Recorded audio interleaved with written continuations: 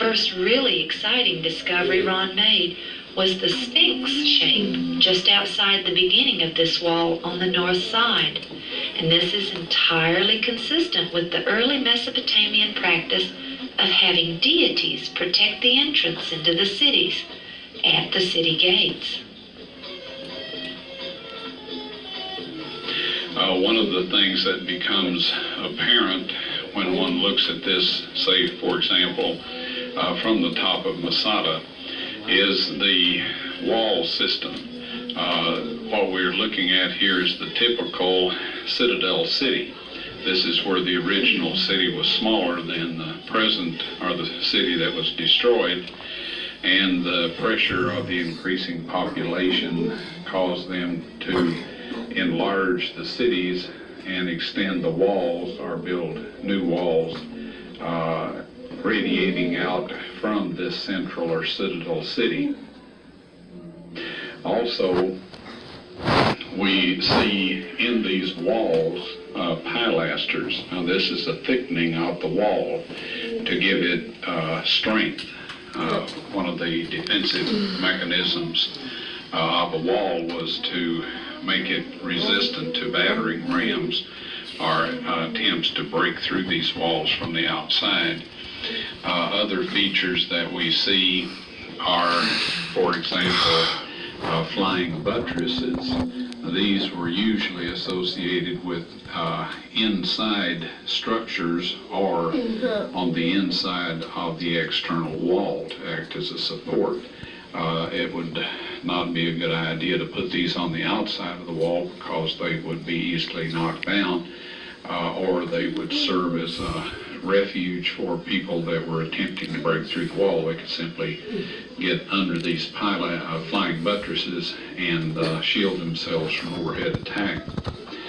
Another feature that we see in these burned out cities is that, typical of ancient cities, they are built astride a mountain stream that would provide the population with all the water they needed for themselves and for whatever other purposes they might have, for example, taking care of their animals.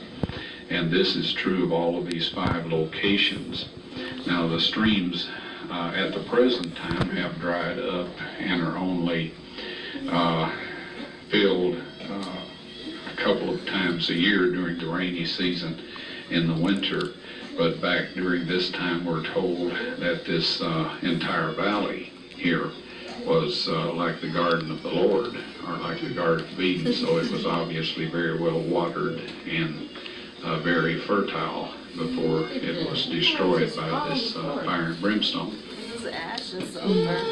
Now, what we will show you here in fairly rapid succession are a series of restorations of sections and features of these cities that, from research and from the remains that we see here, will give you an idea of what these looked like before they were destroyed by fire.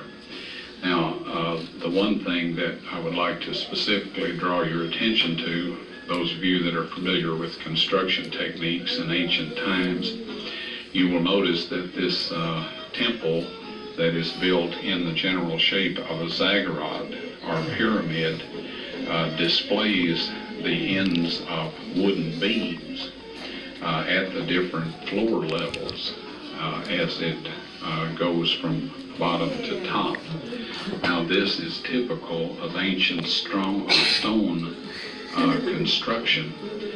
These were to provide ceilings for lower rooms in the structure and floors for higher rooms in the structure. And these are very visible. And these things do not occur in nature.